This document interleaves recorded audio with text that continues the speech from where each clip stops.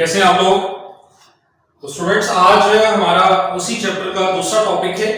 Chapter हमारा है supply demand and government policies. तो उसमें मैंने आपको बताया था कि हमारे दो टॉपिक हैं, एक कंट्रोल्स ऑन प्राइसेस हैं जो कि मैं आपको प्रीवियस लेक्चर में पढ़ा चुका हूं। और स्टूडेंट्स आज का जो हमारा दूसरा टॉपिक है वो है कि टैक्स से रिलेटेड कि टैक्स क्या है और जो टैक्स जब गवर्नमेंट लगाती है चीजों के ऊपर तो कौन कौन बेयर करता है। तो आज हमें टैक्स से रिलेटेड पढ़ना है, तो उसको हम इंशाल्लाह डायग्राम के साथ पढ़ेंगे। तो सबसे पहले हम देखेंगे टैक्स होता क्या है और गवर्नमेंट को इसकी जरूरत पेश आती है। तो याद रखिए स्टूडेंट्स, जो टैक्स है वो एक ऐसा रेवेन्यू है फॉर द गवर्नमेंट जिसको गवर्नमेंट रेज करती है मुख्तलिफ प्रोजेक्ट्स को पब्लिक के लिए, जो मुख्तलिफ प्रोजेक्ट्स है उसको कंप्लीट करने के लिए। ठीक है, अगर आप स्टूडेंट्स देखें तो मैंने यहाँ पे थोड़ा सा उसको डिफाइन भी किया है कि government uses taxes to raise revenue. Government tax लगाती है क्या करने के लिए? रेवेन्यू को इंक्रीज करने के लिए। ठीक है, क्यों? फॉर पब्लिक प्रोजेक्ट्स, ताकि जो पब्लिक प्रोजेक्ट्स उनको कंप्लीट किया जा सके, जैसे कि रोड्स बनाई जा सके लोगों के लिए, ठीक है, स्कूल्स बनाए जा सके, या उस रकम को जो है वो हम अपने नेशनल डिफेंस या मुल्की दफा को मजबूत करने के लिए उस रकम को इस्तेमाल कर सकें। तो टैक्स क्या है? टैक्स वो रकम होती है, ये वो रेवेन्यू है जो गवर्नमेंट पब्लिक प्रोजेक्ट्स को कंप्लीट करने के लिए लोगों से वसूल करती है। ठीक है, मैंने आपको सबसे पहले टैक्स के बारे में बताया। अब आपको पता है स्टूडेंट्स, जो जब टैक्स लग जाता है या गवर्नमेंट टैक्स लगा देती है तो वो मार्केट की एक्टिविटीज को अफेक्ट करेगी। ठीक है, सिंपल सी बात है। और जब चीजों के ऊपर स्टूडेंट्स टैक्स लगता है तो ये भी कंफर्म है कि जो मार्केट के अंदर चीजें पहले सेल हो रही होती हैं, अब उनकी जो सेलिंग रेशियो है वो पहले से कम हो जाएगी। ठीक है, और चौथे नंबर पर स्टूडेंट्स है कि सबसे जो मेन क्वेश्चन वो ये है कि जब गवर्नमेंट टैक्स लगाना चाह रही है चीजों के ऊपर, ठीक है, कि मैं बार बार इसलिए बोल रहा हूं कि टैक्स की मुख्तलिफ इकसाम होती है। तो यहाँ पे जो स्टूडेंट्स हमने पढ़ना है वो सिर्फ उस टैक्स से रिलेटेड पढ़ना है जो गुड्स के ऊपर लगता है, ये आप याद रखें। तो जब गवर्नमेंट जो है वो टैक्स लगा रही होती है चीजों के ऊपर, तो सबसे बड़ा क्वेश्चन ये है कि वो टैक्स कौन बेयर करेगा? आया वो टैक्स बायर बेयर करेगा, खरीदने वाला, या वो सेलर बेयर करेगा, बेचने वाला? तो आज हम ये पढ़ेंगे कि ये बर्डन कौन बेयर करेगा। हम वन बाय वन दोनों के बारे में पढ़ेंगे कि अगर ये टैक्स बायर बेयर करे तो उससे क्या इफेक्ट होगा, और अगर ये टैक्स सेलर बेयर करे तो उससे क्या इफेक्ट होगा। तो इंशाल्लाह हम स्टूडेंट्स इनको अब वन बाय वन डिस्कस करते हैं। स्टूडेंट्स, इकोनॉमिक्स में मैंने भी आपको बताया कि सबसे जो मेन क्वेश्चन हमारा ये है कि टैक्स बर्डन जो है वो बेयर कौन करेगा। तो इकोनॉमिक्स में जो इकोनॉमिस्ट हैं उन्होंने इसके लिए जो टर्म यूज की है वो यूज की है टैक्स इंसिडेंस। किसके लिए? To refer to the distribution of tax burden. तो टैक्स बर्डन को शेयर करने के लिए जो इकोनॉमिक्स के अंदर टर्म यूज की है वो टैक्स इंसिडेंस है। तो टैक्स इंसिडेंस की डेफिनेशन भी मैंने नीचे लिखी है ताकि आपको आइडिया हो जाए कि बायर और सेलर पे हम टैक्स पढ़ने से पहले हम थोड़ा सा टैक्स इंसिडेंस के बारे में पढ़ लेते हैं कि टैक्स इंसिडेंस क्या होता है। तो tax incidence is the manner, एक ऐसा तरीका है in which the burden of a tax is shared among participants in a market. कि ये एक ऐसा तरीका है जिसके जरिए हम मार्केट के अंदर जो पार्टिसिपेंट्स है, यहाँ पे पार्टिसिपेंट्स से मुराद दोनों हैं, बायर्स और सेलर्स, तो किस तरीके से हम बायर और सेलर के ऊपर जो टैक्स का बर्डन है वो शेयर करेंगे। तो उसके लिए जो हम तरीका इस्तेमाल करेंगे इकोनॉमिक्स के अंदर, उसके जो टर्म यूज की गई है वो टैक्स इंसिडेंस है। तो आपने याद रखना है। तो आप स्टूडेंट्स हम वन बाय वन ये देखते हैं कि अगर बायर के ऊपर टैक्स लगेगा तो उस वक्त मार्केट में क्या कंडीशंस होगी, और अगर सेलर के ऊपर टैक्स लगता है तो उसके मार्केट में क्या इफेक्ट होंगे आउटकम्स के ऊपर। तो हम इनको वन बाय वन डिस्कस करते हैं। तो स्टूडेंट इसको डिस्कस करने से पहले थोड़ा सा मैं आपको रिवाइज करवा देता हूँ कि हम लोग जो चैप्टर पढ़े वो सप्लाई डिमांड और गवर्नमेंट पॉलिसीज हैं, उसमें हमने सेकंड जो टॉपिक स्टार्ट किया वो टैक्स से रिलेटेड है। और मैंने भी आपको बताया कि टैक्स जो है वो गवर्नमेंट का एक रेवेन्यू होता है, गवर्नमेंट जिसको रेज करती है पब्लिक प्रोजेक्ट्स को कंप्लीट करने के लिए, स्कूल्स बनाने के लिए, रोड्स बनाने के लिए, ठीक है, मुख्तलिफ नेशनल डिफेंस के लिए। और आपको पता है जब टैक्स लगता है तो मार्केट इफेक्ट होगी। सिंपल सी बात है, जब चीजों पर टैक्स लगता है कि चीजों की सेलिंग जो रेशियो वो पहले से कम हो जाएगी। तो सबसे मेन क्वेश्चन है कि टैक्स का बर्डन कौन बेयर करेगा। तो हमारे पास दो ही ऑप्शन है कि बायर बेयर करेगा या सेलर बेयर करेगा। तो इकोनॉमिक्स में इसके लिए जो टर्म यूज की गई है बर्डन को शेयर करने के लिए वो टैक्स इंसिडेंस है, जिसके बारे में मैंने आपको बताया कि टैक्स इंसिडेंस का मतलब क्या होता है कि ऐसा तरीका का ऐसा मैनर जिसके जरिए हम बायर और सेलर पर मार्केट में टैक्स को शेयर करेंगे। तो कैसे करते हैं स्टूडेंट्स, और मार्केट में फिर आउटकम्स कैसे अफेक्ट होगी।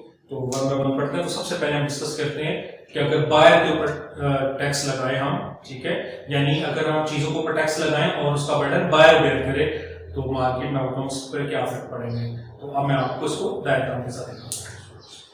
स्टूडेंट्स अब हम देखते हैं कि अगर बायर के ऊपर टैक्स लगता है तो मार्केट में आउटकम्स पे क्या इफेक्ट होगा। मैं आपको दिखाता हूं डायग्राम से।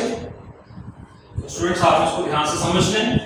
दो एक्सिस बना ली हमने, ओरिजिन, y एक्सिस पे क्या होगी स्टूडेंट्स, प्राइस, बिल्कुल ठीक।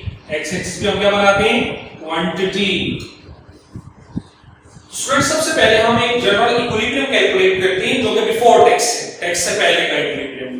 तो हमें पता है कि इक्विलिब्रियम कहां पे होता है, जहां पे डिमांड और सप्लाई इंटरसेक्ट करते हैं। तो हम एक डिमांड का बना लेते हैं नेगेटिव स्लॉप, एक सप्लाई का बना लेते हैं पॉजिटिव स्लॉप। दोनों एक जगह पे कट कर रहे हैं स्टूडेंट्स, जिस जगह पे कट कर रहे हैं उस पॉइंट को क्या कहते हैं जी, इक्विलिब्रियम पॉइंट। और ये जो इक्विलिब्रियम है ये टैक्स से पहले का भी याद रखना है। तो आसान लिख भी देता हूं ताकि आपको समझना आसान हो जाए। तो ये कौन सा इक्विलिब्रियम है, विदाउट टैक्स, अभी टैक्स नहीं लगा। तो स्टूडेंट्स हमें इस इक्विलिब्रियम से दो चीजें मिलेंगी, एक इक्विलिब्रियम प्राइस, ठीक है, और एक इक्विलिब्रियम क्वांटिटी, जिसमें दोनों एग्री हैं, ये भी आपको पता है, ठीक है।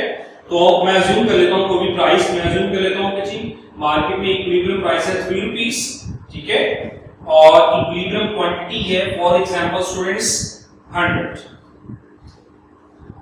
तो मैंने कोई भी इक्विलिब्रियम प्राइस और इक्विलिब्रियम क्वांटिटी को अज्यूम कर लिया, ठीक है। और आपने याद रखना है ये 3 मैंने क्या लिया है, इक्विलिब्रियम प्राइस विदाउट टैक्स, अभी टैक्स नहीं लगा, याद रखना आपने। अब स्टूडेंट्स फर्स्ट करें, गवर्नमेंट कहती है कि भाई मुझे 2 रुपए एक प्रोडक्ट के ऊपर टैक्स चाहिए, ठीक है, और टैक्स जो है वो बायर बेयर करेगा। अगर स्टूडेंट्स आपको याद होगा पिछले चैप्टर में पढ़ा कि भाई अगर आप बायर के ऊपर टैक्स लगा देते हैं तो बायर से डिस्करेज होगा, ठीक है, और बायर की वो जो अट्रैक्शन है उस प्रोडक्ट की वो क्या हो जाएगी, काम हो जाएगी, ठीक है। बायर को जब लगेगा कि यार इस प्रोडक्ट के ऊपर टैक्स मुझे ज्यादा पे करना पड़ेगा, तो बायर क्या करता है, वो उस प्रोडक्ट की डिमांड को कम कर देगा। तो हमने ये पढ़ा था कि जब डिमांड कम हो जाती है तो क्या होगा, डिमांड कर्व हमारा शिफ्ट कर जाएगा। कहां पे शिफ्ट करेगा, मैंने आपको बताया था डिमांड कर्व हमारा लेफ्ट साइड पे शिफ्ट कर जाएगा। तो फर्स्ट करें, गवर्नमेंट कहती है कि मैंने 2 रुपए टैक्स लगा दिए प्रोडक्ट के ऊपर, टैक्स किसने बेयर करना है, बायर ने। तो बायर से मुराद डिमांड है, ये याद रखना है। तो डिमांड कर्व हमारा कहां पे शिफ्ट कर गया, लेफ्ट साइड पे। मैं इसको D1 और D1 का नाम दे देता हूं, ठीक है। ये मैंने ये क्यों लेफ्ट साइड पे शिफ्ट किया है, मैं यहां पे लिख देता हूं students, a tax on buyer shift the demand curve on left side, downward sloping, ठीक है। तो ये लेफ्ट साइड पर डिमांड कर्व शिफ्ट कर गया। अब जो ही डिमांड कर्व लेफ्ट साइड पर शिफ्ट करता है, अगर आप स्टूडेंट्स देखें तो नया डिमांड कर्व उसी सप्लाई कर्व को एक नई जगह पे कट गया। सप्लाई क्यों नहीं चेंज हुई, क्योंकि टैक्स किसके ऊपर लगा है, बायर के ऊपर, ये याद रखना है। तो हमने सर चेंज किसको करना है, डिमांड को, सप्लाई को चेंज नहीं करना, ठीक है। तो आप देखें तो हमारा एक नया इक्विलिब्रियम हमें यहां से मिल जाता है, हम उसको E1 का नाम देते हैं। अब ये कौन सा इक्विलिब्रियम है मैं साथ मेंशन कर देता हूं, ये इक्विलिब्रियम है विद टैक्स। अब टैक्स लग गया, गवर्नमेंट कहती है 2 रुपए टैक्स लगा करें, बायर को कहती है, ठीक है। तो अब हमें एक नया इक्विलिब्रियम मिला। तो अगर आप देखें इस इक्विलिब्रियम से हमें एक नई प्राइस मिल जाएगी जो कि इक्विलिब्रियम प्राइस से नीचे आ गई। और ये कौन सी प्राइस है, आप कोई भी जूम कर लेते हैं कि ₹2 है, ठीक है। और ये कौन सी प्राइस है, ये वो प्राइस है जो सेलर रिसीव कर रहा है, प्राइस सेलर रिसीव, याद रखना है आपने, ये वो प्राइस है जो सेलर रिसीव कर रहा है 2 रुपए। और हमें देखें तो हमें जो ही टैक्स लगा तो कंज्यूमर ने डिमांड क्या कर दी, कम की। तो कम की तो पहले अगर वो 100 चीजें मार्केट से परचेज कर रहा था तो अब वो 90 परचेज कर रहा है, जो करते हैं उसने डिमांड को कम कर दिया, ठीक है। अब स्टूडेंट्स देखते हैं, हमने ये तो देख लिया कि सेलर कितनी अमाउंट रिसीव कर रहा है। अब देखते हैं कि बायर कितना पे कर रहा है। तो बायर कितना पे कर रहा है उसके लिए हमने नए इक्विलिब्रियम से पिछले वाले डिमांड कर्व पे जाना है। वहां से हमें स्टूडेंट्स लेफ्ट साइड पर एक प्राइस मिलेगी, मैं अज्यूम कर लेता हूं it is 4 rupees which is pay by the buyer. ये कौन सी प्राइस है, प्राइस बायर पे, ये आपने याद रखना स्टूडेंट्स, ठीक हो गया।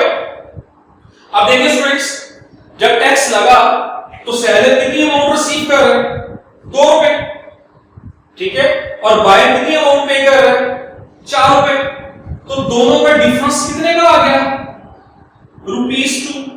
ये ₹2 क्या है, tax which is received by the government.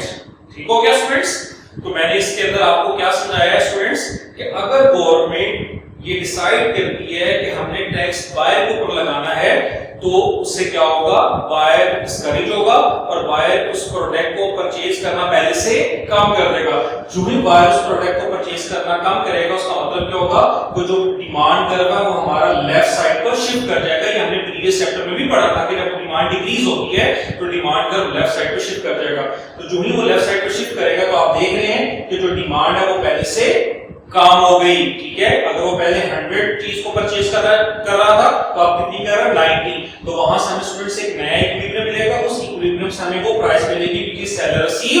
अगर हम बायर की अमाउंट देखना चाहते हैं कि बायर कितनी अमाउंट पे कर रहा है तो हम नए इक्विलिब्रियम पॉइंट से पिछले डिमांड की तरफ जाएंगे और वहां से लेफ्ट साइड पर आपको एक नई प्राइस मिलेगी जो कि इक्विलिब्रियम प्राइस से ऊपर है। याद रखना है, अब वो प्राइस इक्विलिब्रियम प्राइस से नीचे निकलेगी वो अमाउंट होगी जो सेलर रिसीव कर रहा है, और जो इक्विलिब्रियम प्राइस से ऊपर होगी वो प्राइस होगी जो बायर पे कर रहा है, और दोनों का जो डिफरेंस होगा वो क्या होगा, वो टैक्स होगा जो गवर्नमेंट बायर से वसूल कर रही है। ठीक हो गया। तो मैंने आपको स्टूडेंट्स डायग्राम में दिखाया कि अगर बायर टैक्स पे करे तो मार्केट आउटकम्स पे क्या इफेक्ट पड़ता है। ठीक है, अब इसी तरह स्टूडेंट्स मैं आपको दिखाता हूं कि अगर यही टैक्स सेलर पे लग जाए तो उससे मार्केट आउटकम्स पे क्या इफेक्ट होगा। अब मैं वो आपको डायग्राम बनाकर दिखाता हूं। स्टूडेंट्स आप देखते हैं कि अगर टैक्स सेलर पे लग जाए और गवर्नमेंट कहती है कि जी आपने, सेलर को कहती है कि आपने मुझे एक प्रोडक्ट के ऊपर ₹2 टैक्स अदा करना है। आप सेलर को देखते हैं तो सबसे पहले स्टूडेंट्स हम एक जनरल इक्विलिब्रियम बनाएंगे। उसके लिए हमने 2 एक्सेस बना लिए, प्राइस। अब स्टूडेंट्स ये आपको जुबानी याद हो जाना चाहिए। तो सबसे पहले हम एक इक्विलिब्रियम कैलकुलेट करते हैं जो कि बिफोर टैक्स होगा। डिमांड कर्व, सप्लाई कर्व, दोनों जहां पे कट कर रहे हैं स्टूडेंट्स, कौन सा पॉइंट है, इक्विलिब्रियम पॉइंट। ये इक्विलिब्रियम कौन सा है, विदाउट टैक्स। याद रखना है आपने, इक्विलिब्रियम विदाउट टैक्स। अब स्टूडेंट्स यहां से हमें एक इक्विलिब्रियम प्राइस मिलती है जिस पे दोनों एग्री हैं और एक इक्विलिब्रियम क्वांटिटी मिलती है। तो मैं पिछले डायग्राम की तरह यहाँ पे भी अज्यूम कर लेता हूँ ₹3 जो है वो हमारी इक्विलिब्रियम प्राइस है और 100 जो है वो इक्विलिब्रियम क्वांटिटी है। अब स्टूडेंट्स फर्स्ट करते हैं कि गवर्नमेंट सेलर के ऊपर टैक्स लगा देती है, तो सेलर के ऊपर टैक्स लगाएगी तो उसका इफेक्ट सप्लाई कर्व पे होगा, ये याद रखना। ठीक है, अब उसका इफेक्ट डिमांड कर्व पे नहीं होगा। डिमांड कर्व पे का इफेक्ट होता है जब बायर पे टैक्स लगता है। ठीक है, तो अगर गवर्नमेंट सेलर के ऊपर टैक्स लगा देती है तो स्टूडेंट्स पता है क्या होगा, सेलर डिस्करेज होगा। ठीक है, और वो उसके लगेगा कि यार अगर इस प्रोडक्ट के ऊपर मुझे ज्यादा अमाउंट टैक्स अदा करनी है तो वो उस प्रोडक्ट की सप्लाई पहले से कम कर देगा, ये याद रखना है। तो जब सेलर जो है वो उसकी सप्लाई को रिड्यूस करता है, कम करता है, तो मैंने आपको पिछले चैप्टर में पढ़ाया था कि जो हमारा सप्लाई कर्व है वो लेफ्ट साइड पर शिफ्ट कर जाएगा। तो हम इसको नाम दे देते हैं S1। ठीक है, ये लेफ्ट साइड पे क्यों शिफ्ट की है, क्योंकि हमारी सप्लाई पहले से कम होगी और कम होने की वजह क्या है, tax on seller shifts the supply curve on left side upward। याद रखना आपने। ठीक है, तो जो ही ये शिफ्ट करता है स्टूडेंट्स, आप देखेंगे कि नया सप्लाई कर्व उसी डिमांड कर्व को एक नई जगह पे कट करता है। इसको हम E1 कह देते हैं जो कि हमारा एक न्यू इक्विलिब्रियम है और ये इक्विलिब्रियम विद टैक्स है। ठीक है, अगर आप देखें तो इस इक्विलिब्रियम पर क्वांटिटी पहले से कम हो गई। अगर वो पहले 100 चीजें बना रहा था तो अब उसने क्वांटिटी को रिड्यूस करके 90 बनाना शुरू कर दी। ठीक है, और वहां से हमें एक प्राइस मिलेगी और ये कौन सी प्राइस है, मैंने आपको बताया पिछले डायग्राम में। अगर इक्विलिब्रियम से प्राइस से ऊपर वाली प्राइस होगी, अज्यूम कर लेते हैं कि जारी बात 3 से ज्यादा ही होगी, हम 4 रख लेते हैं, तो इक्विलिब्रियम से तो ऊपर वाली प्राइस होगी वो कौन सी है, वो वाली प्राइस है जो बायर पे करता है। याद रखना है, मैंने आपको बताया कि इक्विलिब्रियम से ऊपर जो प्राइस होगी वो बायर वाली प्राइस होगी तो पे करता है। और जो इक्विलिब्रियम से नीचे होती है वो सेलर वाली प्राइस होती है जो रिसीव करता है, और ये 3 क्या था हमारी इक्विलिब्रियम प्राइस।